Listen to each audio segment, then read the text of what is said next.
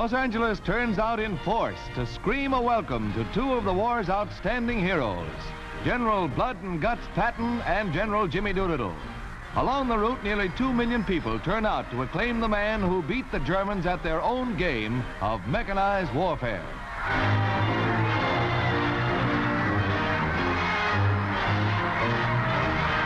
Are given prominent display, for Doolittle, as well as G.I. Joe, needs your help.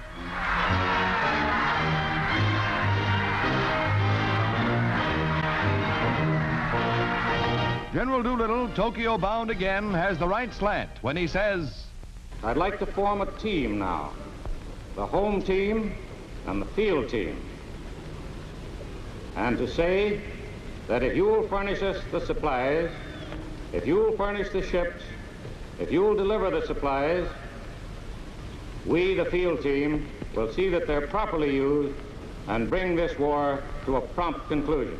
Thank you.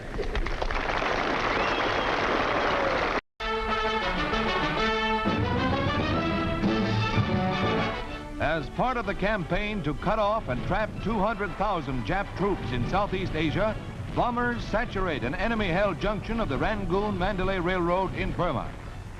The next stop on the milk run is the main Jap headquarters for central Burma. The bombardiers mean business.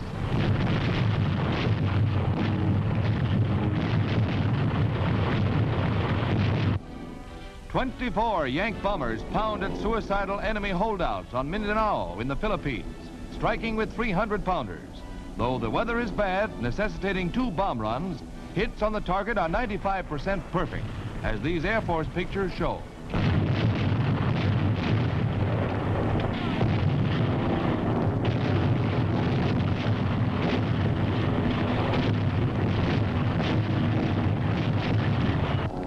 In China, also, our tireless air forces hammer at Jap supply bases. 500-pound incendiary clusters destroy valuable military supplies. Part of the drive to cut the enemy corridor to Indochina and Malaya. A pattern of death for Japan.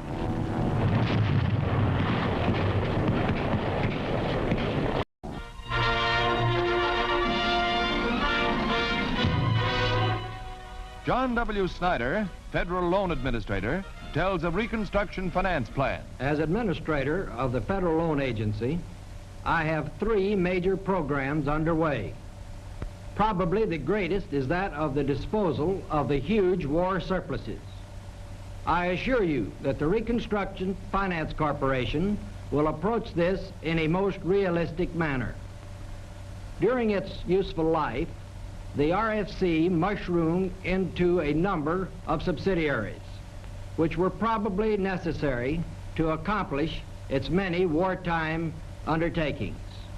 Today, with the end of the war coming nearer, it becomes appropriate and timely to consolidate these various activities into the RFC itself. A program of major importance is that of assuring all business, big and little, that ample credit is available to assist in a rapid and constructive reconversion into peacetime production.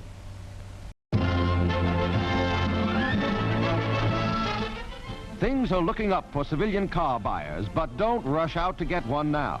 The new Ford is just a tantalizing glimpse of things to come. This sample, handmade, will not go into production for 2 or 3 months, and Mr. Average will not get a car for a year or 2. But then, you'll have your choice of a 4-door or a 2-door model like these, and other manufacturers will be after your business, too. When Detroit overnight geared to war production, civilians were never forgotten. See you in the country.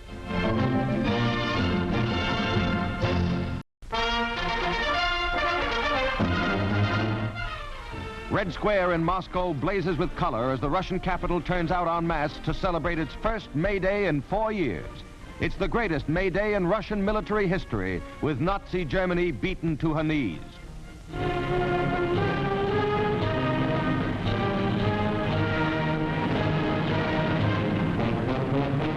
Marshal Stalin, from the top of Lenin's tomb, reviews the big parade. It has been assembling since the celebration started at midnight. American officers also enjoy the display of military splendor.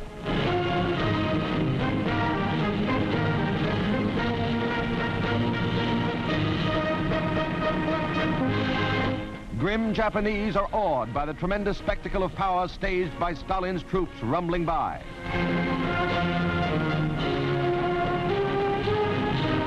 The ever-present American Jeep joins the procession, and the striking power of this great war machine is typified by these huge new mortars, the world's heaviest artillery, unveiled for the first time.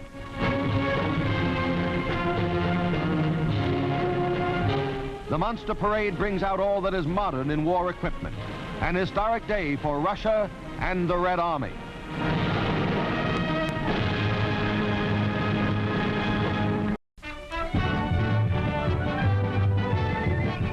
$65,000 turn out at Churchill Downs for the 71st Kentucky Derby, and a record amount is put down on the 3-year-olds in this classic of the American turf. Hoop Jr. is a favorite horse as they parade to the post. And when they get away, just a touch of the whip sends him into the lead.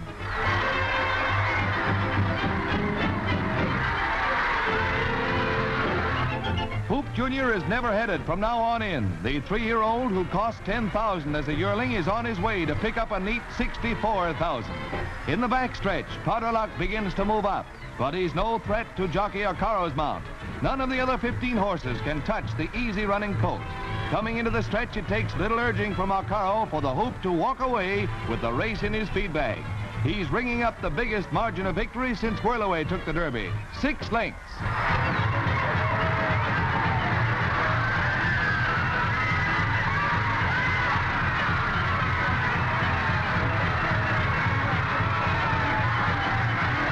Lucky backers collected $3.70 for every dollar they gambled on Hoop Jr., who carried Arcaro to the jockey's 3rd Derby win. Nice rolling, Hoop.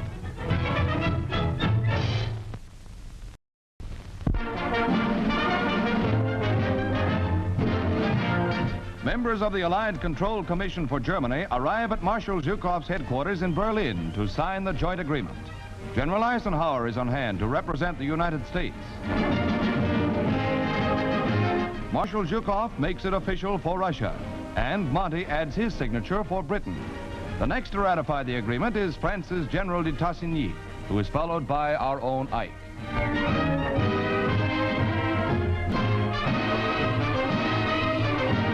Official British pictures of the men who will control the post-war destiny of Germany.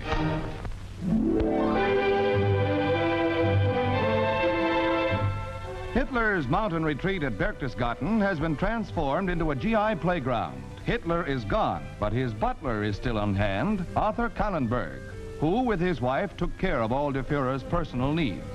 None seems very grieved at their loss, if any, and that goes for both the butler's niece and his wife.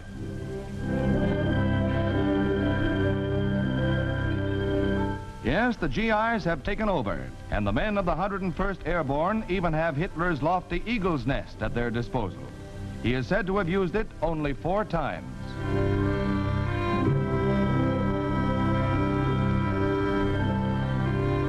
At the base of this peak is his Berchtesgaden retreat, which was well pounded by Allied bombs. The tread of American feet was never in Hitler's dreams when he had his bomb-proof shelters constructed.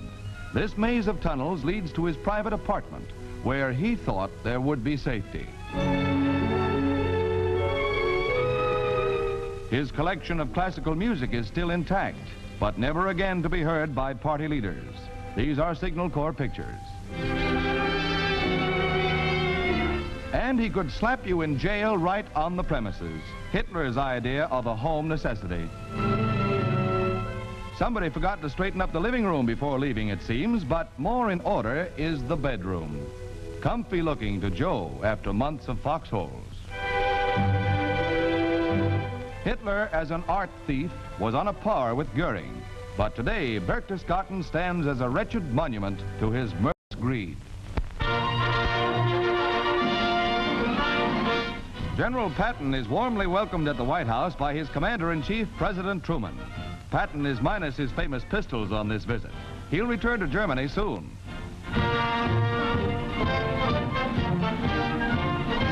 Harry Hopkins left and Joseph E. Davies returned from abroad to report after making arrangements for another Big Three meeting. Mr. Davies went to London to confer, while Mr. Hopkins completed details in Moscow. The meeting will take place sometime within the next 5 weeks and is expected to touch on the control of Germany and preparations for a peace conference.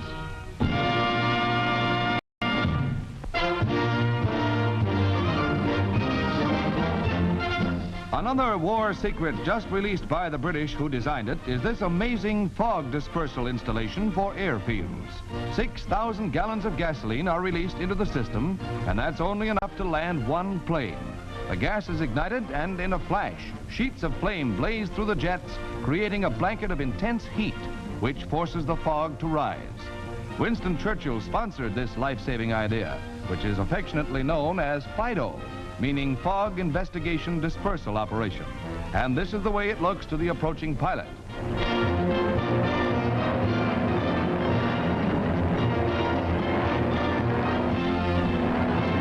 The shimmering heat gives the landing plane a phantom-like appearance. FIDO made it possible for Allied planes to continue business as usual despite England's heavy fog. When von Rundstedt suddenly drove into the Ardennes in the famous Battle of the Bulge, it was FIDO that saved the day by making possible the continued use of air power to bomb Nazi transportation and supply lines. A great boost to the airman's morale.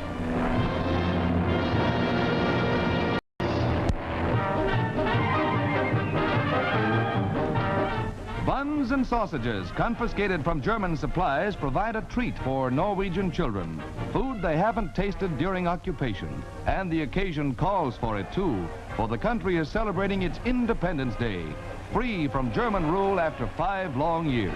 25,000 school children march with flags and serenade Prince Olaf as he waves from the balcony.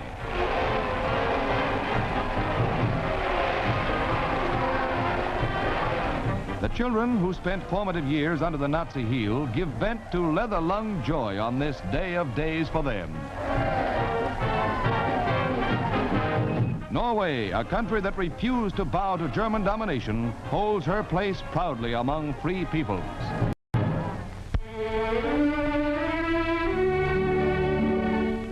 Along the picturesque canals of the Italian city of Venice, a new form of transportation conducts G.I. Joe on a sightseeing tour. The amphibious excursion is a real pleasure to these war-weary veterans, getting a well-earned vacation from the battle lines.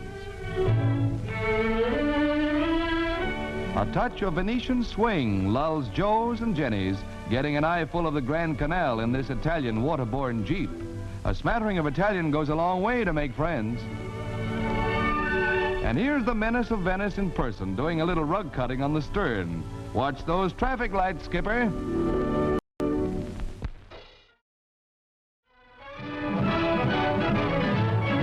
Here they come, by ship, by plane, 3.5 million men.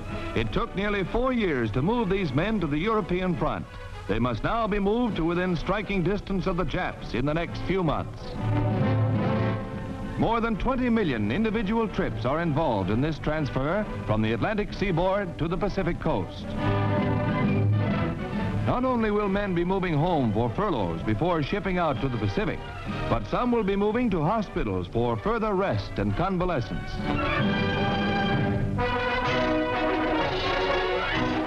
The job looks impossible. Let's hear what Colonel Johnston, head of the Office of Defense Transportation, has to say about it. This job looks and actually is impossible unless you two help. You can help by staying off trains and intercity buses unless your trip helps win the Japanese war. The vacation season this year coincides with the peak of returning military travel. I ask you to help make the greatest movement in all transportation history possible by spending your vacation at home.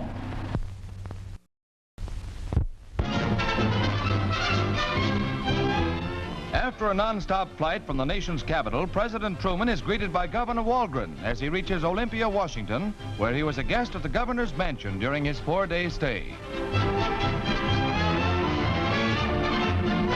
Charles Ross, the president's secretary, holds an impromptu conference with the newspaper men. At the Washington state capitol, the president performs one of the pleasant tasks of his vacation tour when he decorates Sergeant John D. Hawk of Bremerton, Washington, with the Congressional Medal of Honor.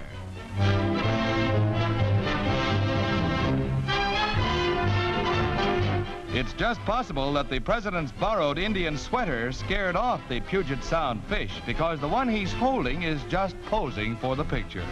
But his hard luck doesn't seem to dampen the fun he's having on his first vacation since taking office. And anyway, telling about the ones that got away is just as good. Well, almost. Another of the president's excursions is a trip to Mount Rainier, one of the nation's most beautiful national parks. It's a far cry from Washington's heat to 6 feet of snow at this 5,000-foot elevation. You can see the president is really enjoying that vacation.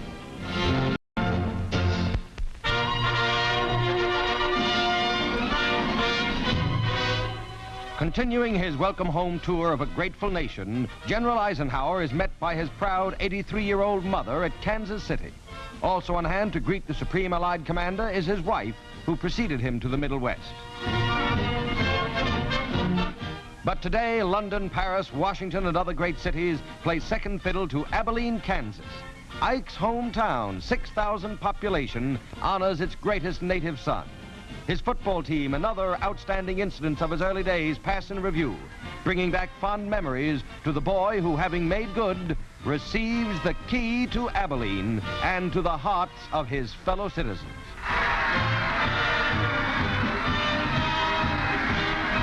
It's strictly a home folk celebration, and the 5-star general of the Army, who led 3 million American men and women to victory in Europe, enjoys his proudest moment.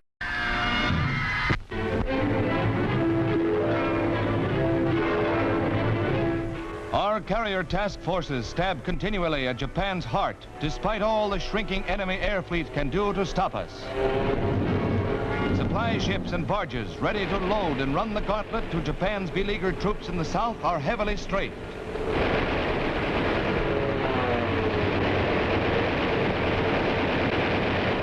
Jap airports, too, come in for a pounding. Planes ready to fight, but many don't have a chance to get off the ground. Rocket shooting planes blast the enemy.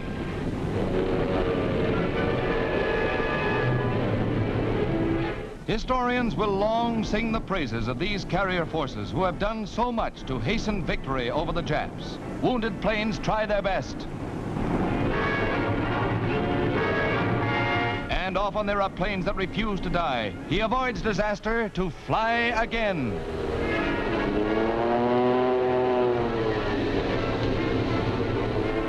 Heroism flies with every man, but death, too, is his constant companion. As he lands, the belly tank catches on fire with the pilot trapped in the cockpit.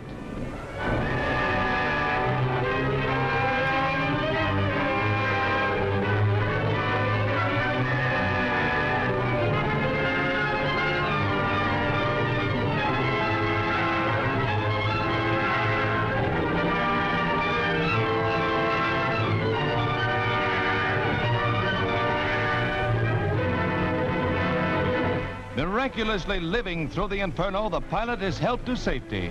Carefully, his gear is removed before doctors treat him. Then, action stations. Jap suicide pilots attempt to crash their planes into our ships as Navy cameramen record the battle.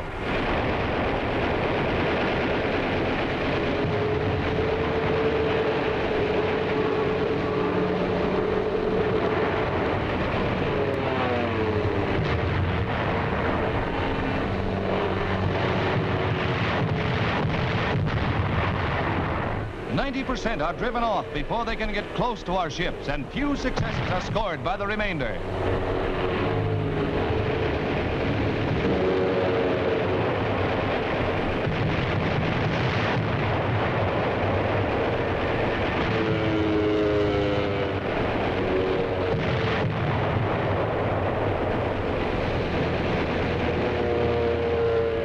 Few get through, and one Jap pilot aims his plane at the carriers. Missing one ship, he heads for the Bunker Hill stern.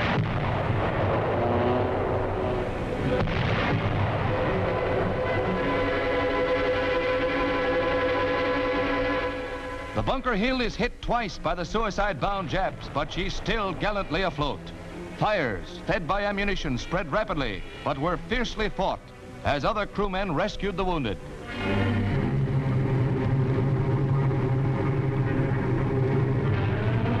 As soon as possible, the cruiser Wilkes-Barre pulls alongside to turn her hoses on the flames.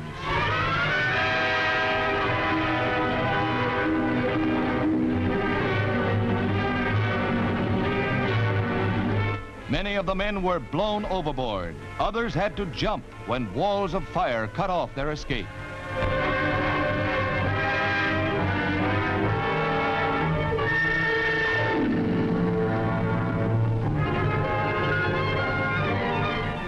Hours went by before the fire was controlled, and sad comrades turned to counting their dead.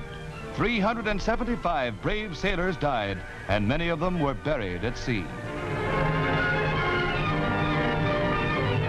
Gallant men who gave their lives for a proud ship and a noble cause go to their honored graves.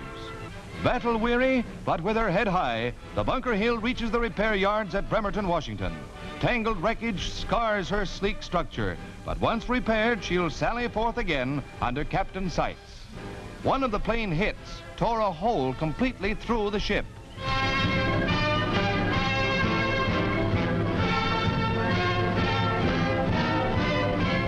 The pilot's briefing room was wrecked by the blasts, but this valiant lady won't be down. She accounted for 475 Jap planes in her Pacific career, and the shipping she has sunk is a heavy slap at the Jap. A salute to the Navy and her men.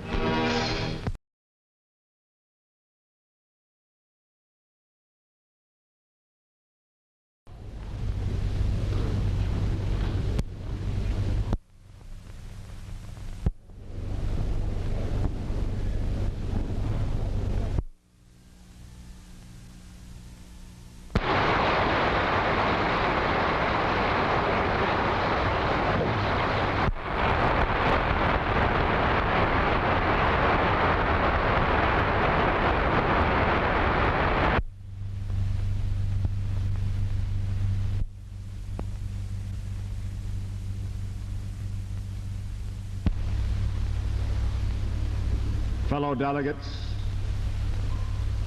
the President of the United States of America.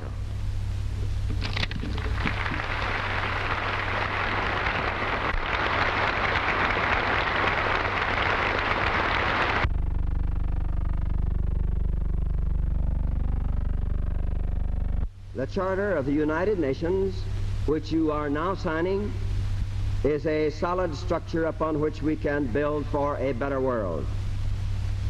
History will honor you for it. Between the victory in Europe and the final victory in Japan, in this most destructive of all wars, you have won a victory against war itself. If we had had this charter a few years ago, and above all the will to use it, millions now dead would be alive. If we should falter in the future in our will to use it, millions now living will surely die. What you have accomplished in San Francisco shows how well these lessons of military and economic cooperation have been learned. You have created a great instrument for peace and security and human progress in the world. The world must now use it. With this charter, the world can begin to look forward to the time when all worthy human beings may be permitted to live decently as free people. This new structure of peace is rising upon strong foundations. Let us not fail to grasp this supreme chance to establish a worldwide rule of reason, to create an enduring peace under the guidance of God.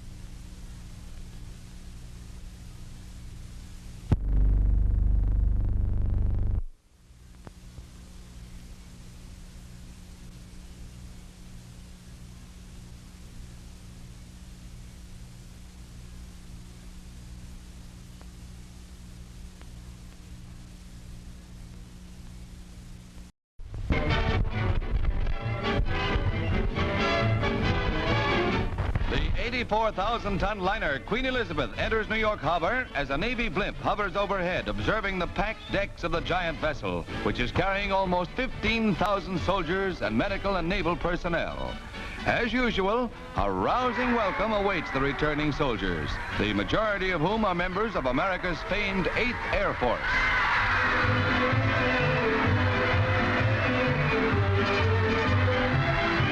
Although most of these men will be redeployed to the Pacific, it's home sweet home for a little while at least.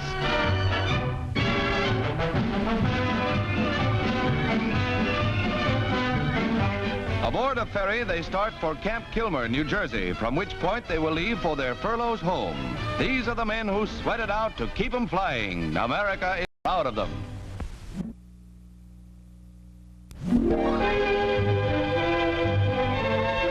Continued rain on Okinawa transforms the dusty terrain into soupy, sticky mud.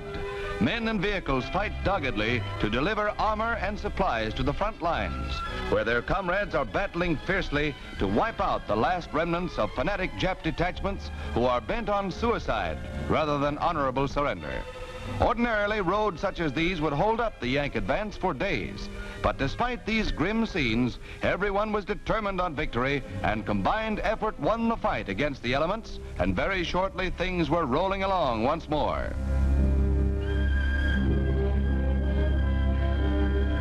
General Buckner left with General Stilwell, who commands the 10th Army since Buckner's death a few days before victory was in sight.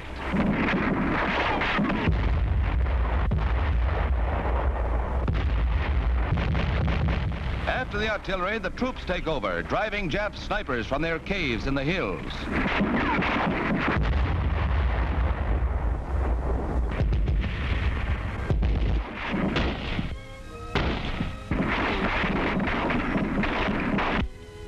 Many native Okinawans are discovered in hiding. Signal Corps, Air Force, Navy, and Marine cameramen combine to record these scenes of the Japs' last days on the island. Captured American cigarettes are found on civilians, proving they collaborated with our enemies. Internment is their reward. Discovered alone in a war-torn building by an infantryman of the 10th Army, this battle baby is carried to a headquarters military government hospital where he meets a pal. Both receive medical aid from civilian nurses trained by our Army doctors. And pillowcase 90s are all the rage for the younger set. Clean and comfortable once more, it's time for chow, with peace again on Okinawa.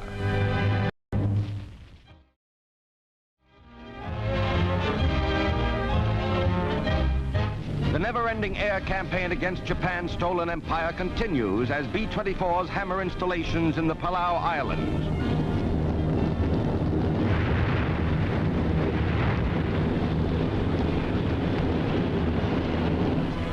Despite fierce anti-aircraft fire, 86% hits were registered in the target area.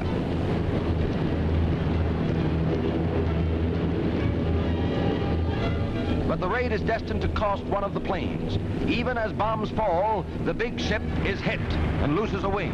Air Force pictures show the tragic death dive as only one crew member escapes.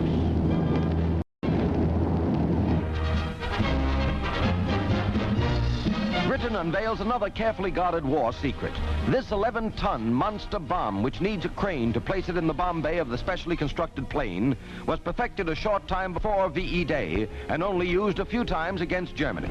The bomb buries itself deep in the ground and produces a series of explosions that can wipe out a small town. The following pictures show its volcanic effect in an attack on Arnsberg, Germany.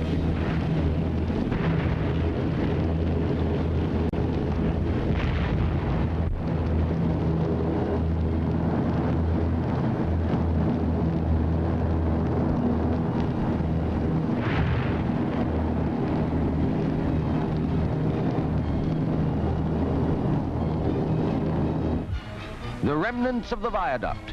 The Grand Slam is Britain's gift to Tokyo.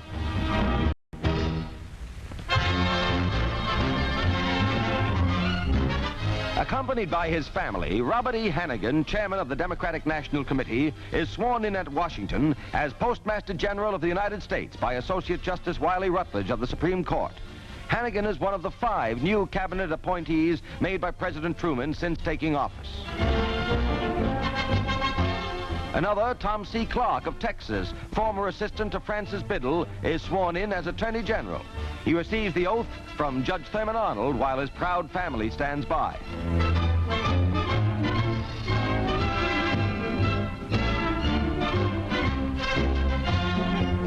Sworn in by Judge Sherman Minton, Louis B. Schwellenbach succeeds Francis Perkins as Secretary of Labor.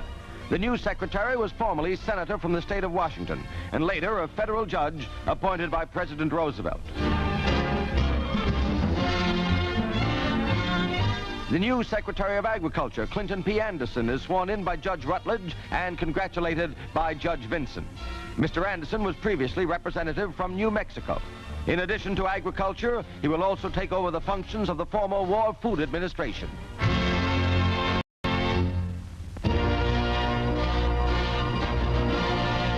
In an atmosphere of movie glamour, the Santa Anita Handicap, the West Coast's race of the year, is all set to thrill 55,000 fans in the $100,000 Classic.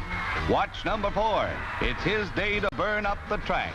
And they're off, nicely bunched, with Stronghold taking a short early lead, trailed by Lou Bray and Victory Drive. But keep your eye on number 4, running easily in 4th place, with Jockey Longden giving him a smart ride. $790,000 have been wagered on this race, a record for any single race on a Hollywood track.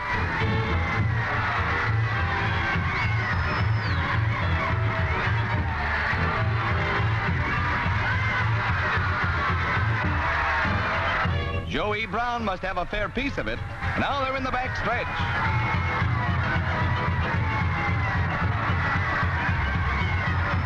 Number 4, Thumbs Up, has taken the lead and battles it out with Texas Sandman. Gay Dalton has come from the tail end to bid for show money. Right down to the finish, that's the order. But Thumbs Up had to tie Seabiscuit's track record to cop the race.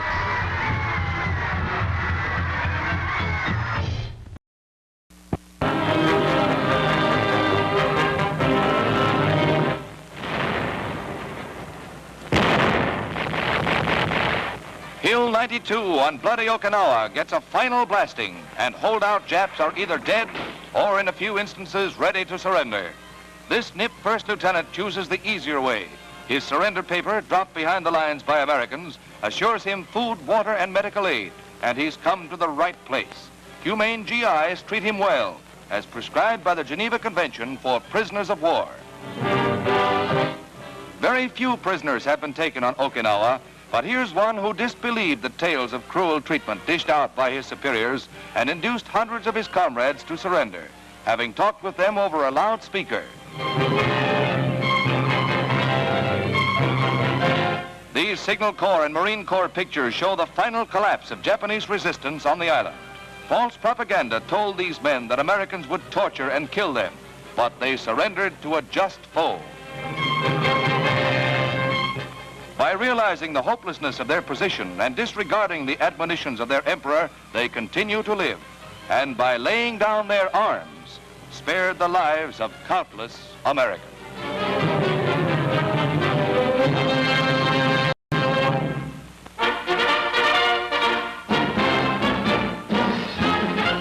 A new portable flamethrower with a 100-foot extension hose is revealed by the Army.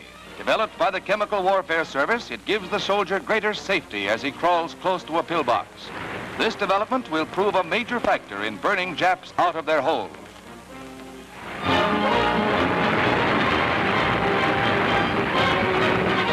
Another mechanized flamethrower perfected is this one with a periscope mount and a range of 70 yards.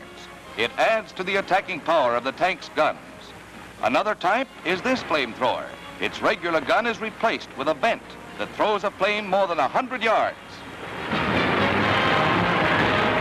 There are hot days ahead for the Japs, all right. New incendiary bombs have been developed at the Edgewood Arsenal in Maryland.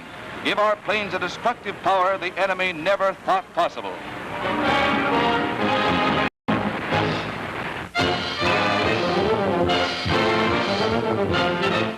The SS Monterey arrives in New York Harbor with 6,500 members of the famed Timberwolf, or 104th Division.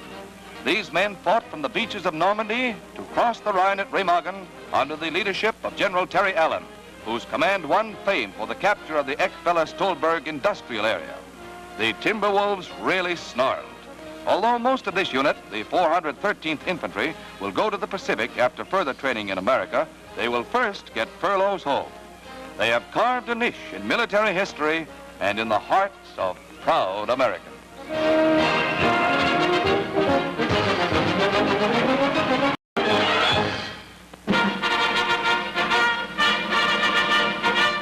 C.J. Potter, Deputy Administrator of Solid Fuels, asks your help in saving fuel next winter. Fuel is still our silent partner in the battle against Japan. It is still fighting on land and sea and in the air, and will continue to fight until complete victory is ours in the Pacific. You can do your part in making the most of limited fuel supplies by storing whatever coal or fuel you can just as soon as you can. Stretch your fuel supply by cleaning and repairing your heating equipment, installing heating controls. Save up to 30% of your fuel by winterizing your home or building. Insulate, weather strip, caulk cracks, order or make yourself storm doors and windows. Remember, last winter was no picnic. Your government urges, prepare for winter now.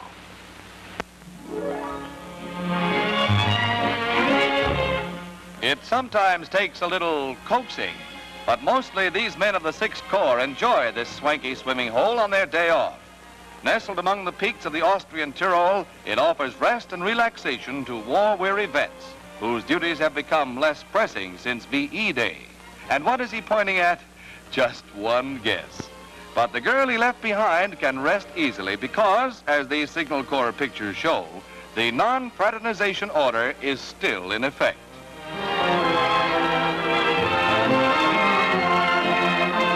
Tyrolean gals are mighty enticing, and all a wolf can do is howl. But maybe when the tourist trade opens up again,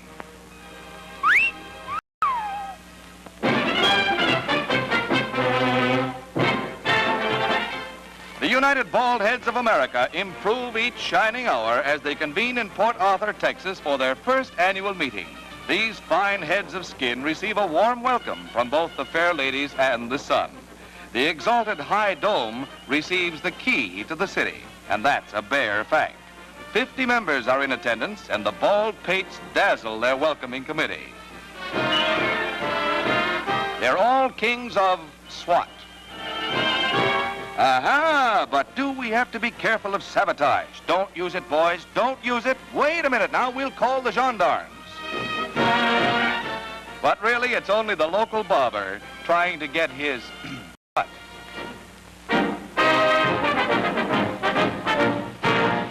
At Shepherd Field, Texas, pilot training on helicopters is a major enterprise.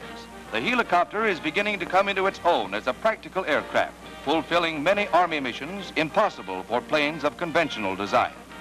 The students are selected from regular Army pilots, some of whom have had thousands of air hours. Contrary to popular belief, the helicopter is not easy to fly and requires 6 weeks training even for these air veterans.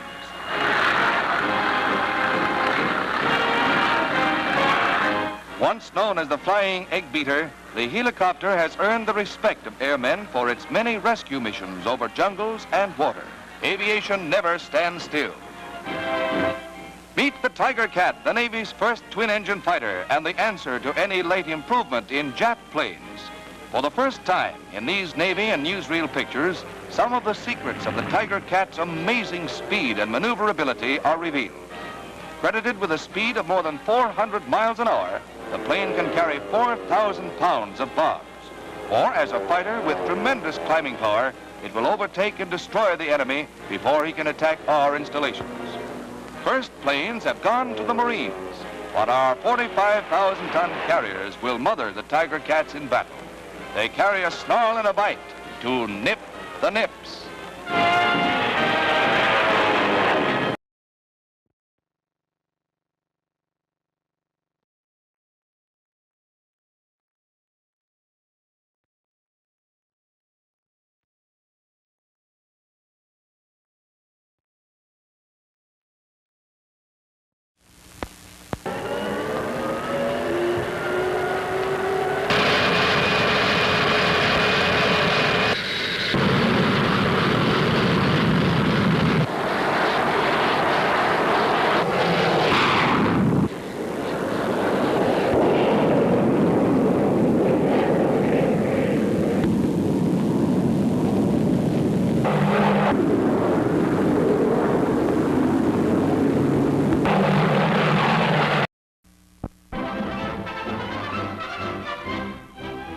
John W. Snyder, to whom the tremendous job of reconversion has been entrusted, talks about post-war jobs.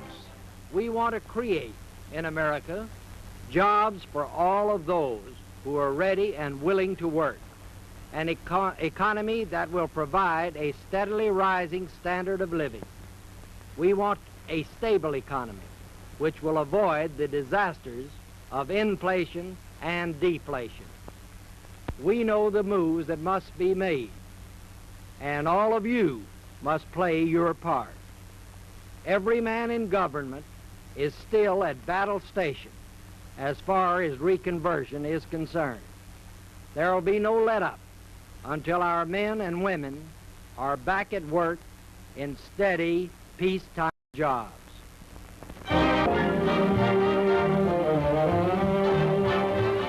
The fluted columns of Berlin's Reichstag form a background for the international black market, patronized by friend and foe alike. Berliners are eager to purchase goods they've been so long without, and a Russian soldier drives a hard bargain. Almost as good as ready money is a camera, and a pack of American cigarettes brings 100 marks. Even in Paris, the price is only 10 marks. All prices are exorbitant, but trade is brisk.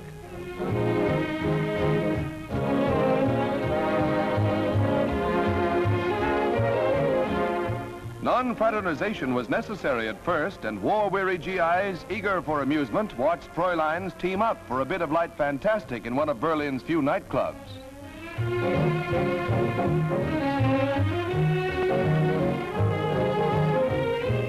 The going was pretty tough for a while, but finally the ban was lifted and a good time was enjoyed by all.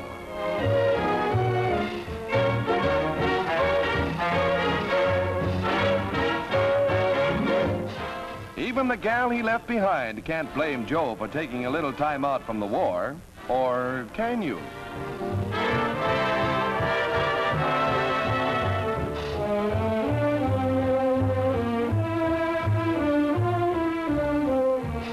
The conquering heroes have plenty of territory to work on, but sometimes it proves too much for even a hero. Pleasant dreams, soldier.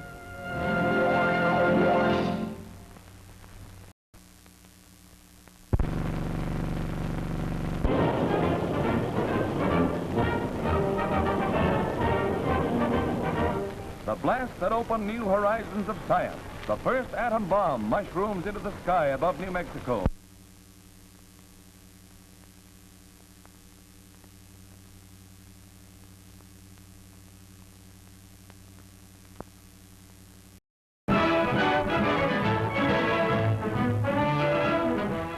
One of the mysteries of wartime science, one of the war's most closely guarded secrets, the miracle of radar is now revealed.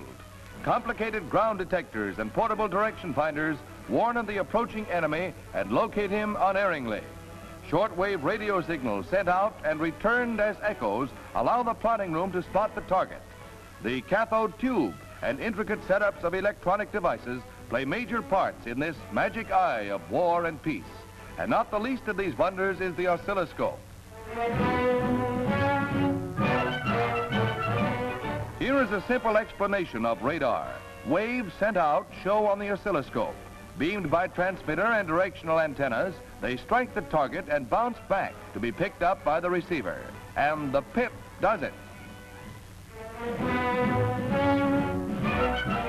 Navy, Signal Corps, and Air Force pictures show how ships and planes are located from a control ship.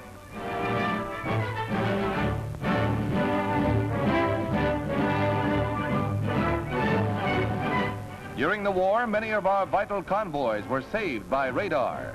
The beam from our control ship swings to locate an enemy raider. Many U-boats were sent to their graves in this manner. The enemy is spotted on the scope, from which distance and direction are plotted.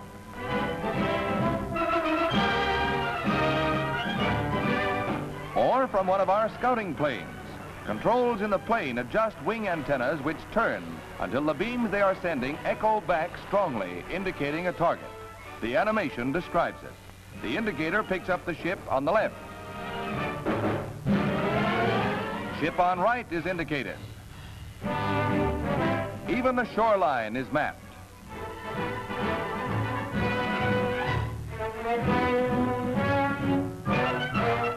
Here Here's the way a radar-equipped plane picks up an entire convoy. The directional antenna maps the identical convoy on the scope. On the ground, directional equipment spots the approach of an enemy plane many miles away. And here's the pip on the indicator. The pip remains steady if it's an enemy plane. But if the men locate one of our own, equipped with the proper instruments, well, here's the way the beam bounces. Watch the pip jump.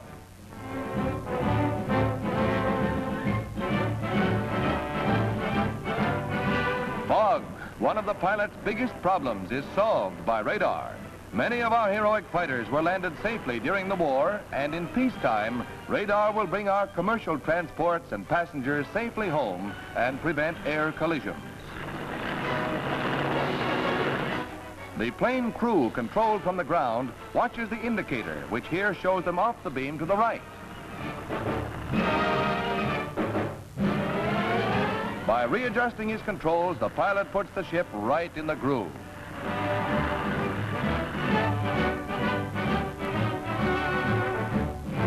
Ground control instruments keep exact track of the incoming plane's altitude and direction. In the thickest fog or darkest night, radar-sensitive instruments guide the ship in safely.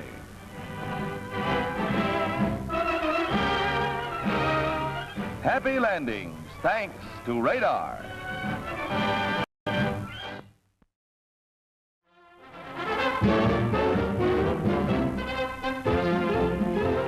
Members of the Governor's Conference meet with President Truman on federal and state relations. The governors of 7 states are here, including Governor Martin of Pennsylvania on the left. With the problem of reconversion facing us, full cooperation will be necessary before we return to normal peacetime pursuits.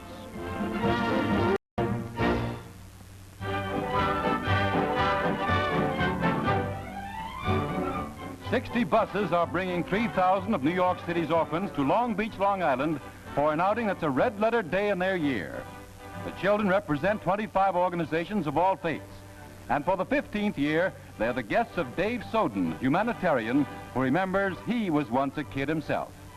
Everything is for free on the house, and take your pick.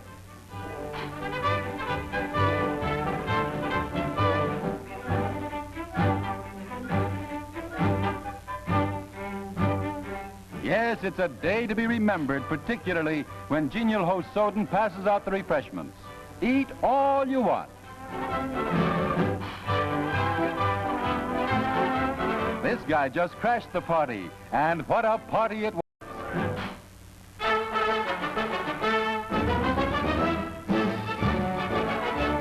With war restrictions lifted, Chicago model plane builders assemble their handicraft for a local meet. Built to scale and perfect in every detail, these planes are aerodynamically sound, as they will prove presently. For instance, this miniature bomber, with its tiny motors, is built with the precision of a watch. When it comes to a snappy takeoff, these little fellas can do it.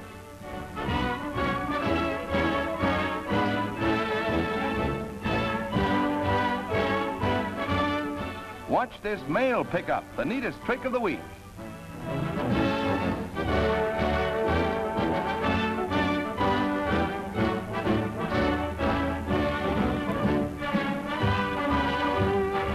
The operator of the plane maintains control by a wire and can control its flight to a foot. Many of the planes in the meet attain a speed of 85 miles an hour on motors that contain a little more than an eyedropper full of fuel.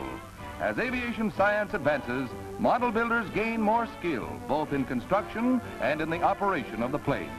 Midget airplanes offer a fascinating challenge to the mechanical skill and competitive spirit of America's youth.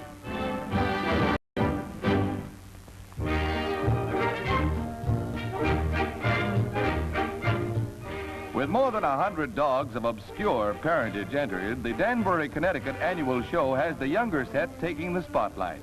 Of course, everyone is a winner in his master's heart, and it's a hard job to choose the best team.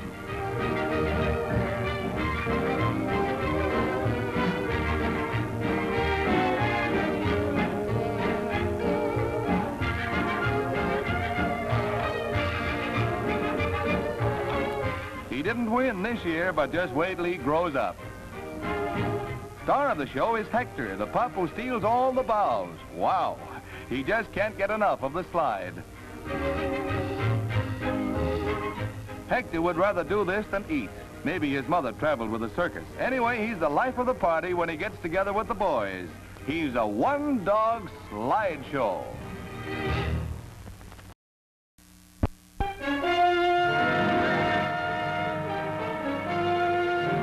Escorted by American planes, 2 Jap Bettys, painted white and carrying green identifying crosses in accordance with General MacArthur's instructions, set down on Ieshima. Here, just offshore from bloody Okinawa, Battalion No. 1, carrying part of the Japanese surrender delegation, was closely followed into the field by Battalion No. 2. This is the transfer point for Manila, where bitter tea awaits the Japs. Lieutenant General Kawabe, Vice Chief of the Nipponese General Staff, leads the surrender party.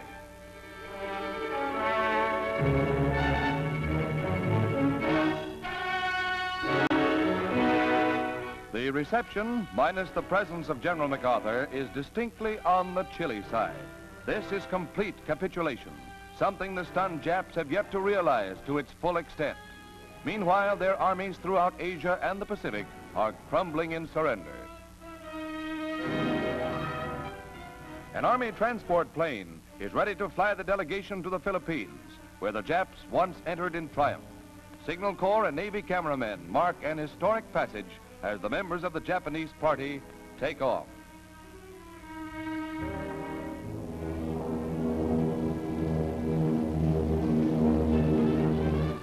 The Supreme Commander for the Allies, ready to take over in Tokyo, prepares for his departure.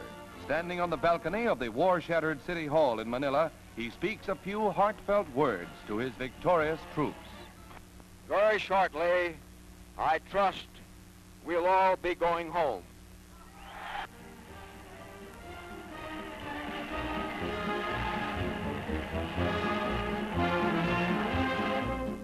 Farther north, HMS King George brings Admiral Rawlings, commander of the British Pacific Fleet, to a surrender day party aboard the USS Missouri, where the host is our own Admiral Bull Halsey. One of the features of the occasion is a surprise cake, baked especially by Admiral Halsey's personal steward.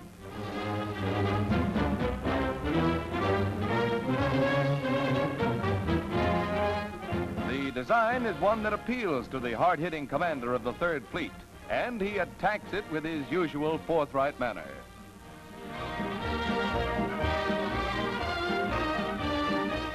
You wouldn't think that a kamikaze cookie could stump the Admiral, but you never can tell.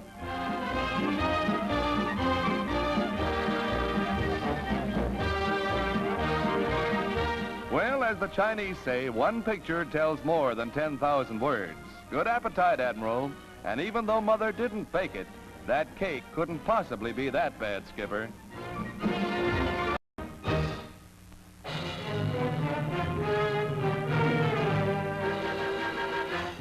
Plowing sedately through the Banda Sea north of Australia is the Takiban Maru, a Jap hospital ship, complete with crosses and all the international insignia. But officers of the 7th Fleet smelled a rat. The ship was boarded, and many unwounded men were discovered. Navy pictures show them being taken into custody. And just to make it good, cases of 75mm ammunition were uncovered, labeled medical supplies. The ship was taken under guard to an American port where prisoners were interned. Just another piece of Jap treachery which didn't alter the final result.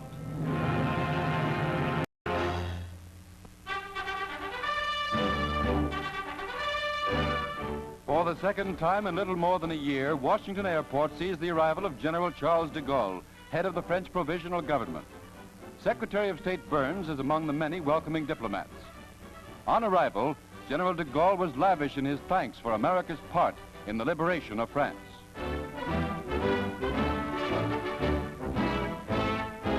A guard of honor is drawn up at the White House as he's welcomed by President Truman, with whom he held a series of conferences on France's post-war economic future.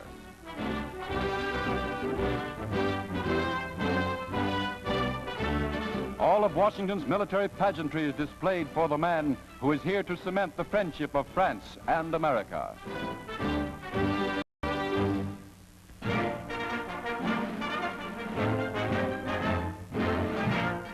It's a day they've been waiting for. It's a day of days for these sailors, and for the best reason in the world. They're the first group to be released by the Navy under the point system. Mustering out pay comes first for these 105 men being processed at Long Beach, New York. And then, an even more welcome piece of paper, that honorable discharge. Thanks, mates, for a job well done. With peace, hundreds of thousands throughout the country left war plants for the last time, and now we face the problem of reconverting factories. At United States employment offices throughout the country, former war workers line up to register for new jobs. In some cities, the picture is bright. For instance, officials in New York say there are more jobs available than can be filled.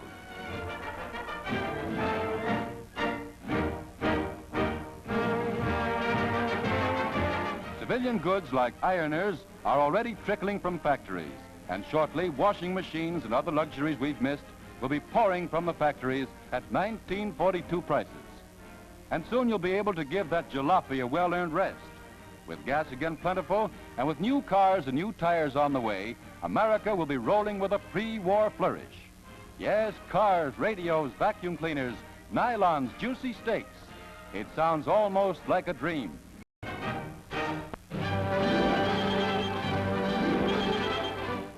At Palisades Amusement Park in New Jersey, the small fry gets set for the Diaper Derby with the preliminary weighing in. This is the 7th year that these featherweights have competed for the most coveted prize in the nursery world. They're about set as they receive last-minute instructions. The track is fast, but the tots are slowed by the August heat.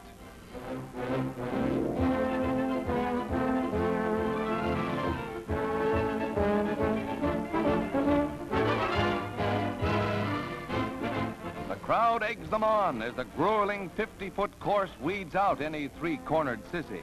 The fondest backers are those in the mother's cheering section, but it proves too much for one of the entrants and his mom. And what do you know? Little Kathleen beat out all the he-men with her nursery crawl. Come on, be a sport, pal. As for the champ, well, she's going to see that there'll be some changes made. Yep, the queen wears the pants around here. Brutal aggression in Asia and the Pacific, the Nips finally met an invincible opponent with a fleet second to none.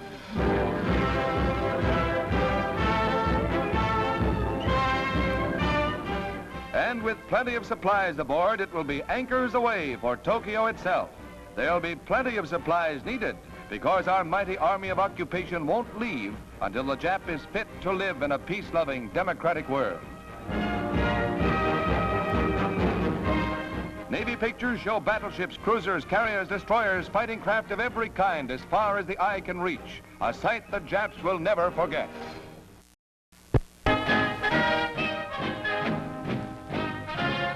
The USS Oriskany, 27,000-ton Essex-class carrier, awaits launching at New York Navy Yard.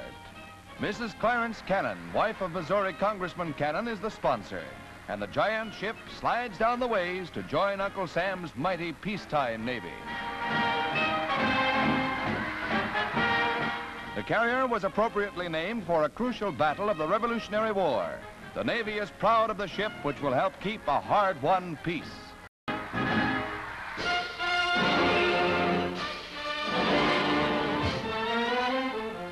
One of the war's top-drawer secrets was the making of the maps which permitted B-29s to bomb Japan into submission with such incredible accuracy. Army officers and artists at a California studio make a mock-up of the general area surrounding Tokyo. These areas are gradually pieced together to make a larger map. Not a single detail is omitted as the contour map takes shape. Even rice paddies and clusters of trees are indicated.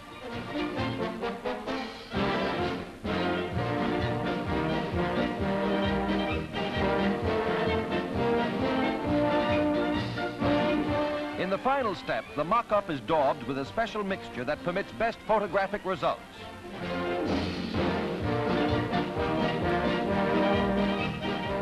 larger sections are now pushed into place and final touches are added. When complete, the map is 80 feet long and 60 feet wide. The camera is placed above the map on a crane. It moves at a ratio comparable to the speed of a B-29. And this is the way it looks to a bombardier flying at 30,000 feet. Completed films were rushed to Saipan for the briefing of crews. No wonder they seldom missed.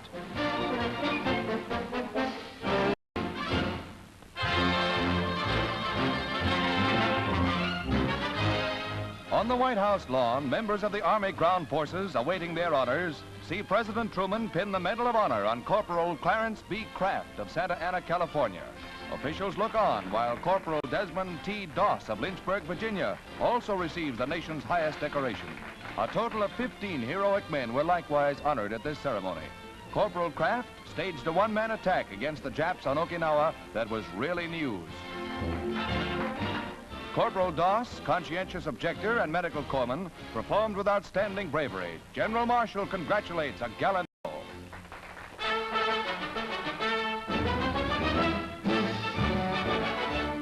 The customer that gets one of these lobsters will have no cause to complain that they were a long time in transit. The pilot of this tow glider is ready for a pickup on the beach at Hull, Massachusetts, starting the first successful cargo operation of this type.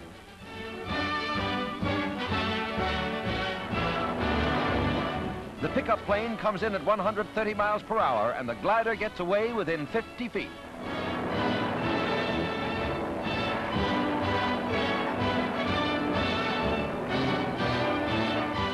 Two hours later, the lobster train is over Teterboro, New Jersey airport without the loss of a claw. In the past, a 30% loss often resulted when the lobsters drank melted water from the ice in which they were packed. But flying at high altitudes makes icing unnecessary. As soon as the glider hits the ground, the flying crustaceans will be rushed to New York seafood fanciers eager for fresh ocean lobster.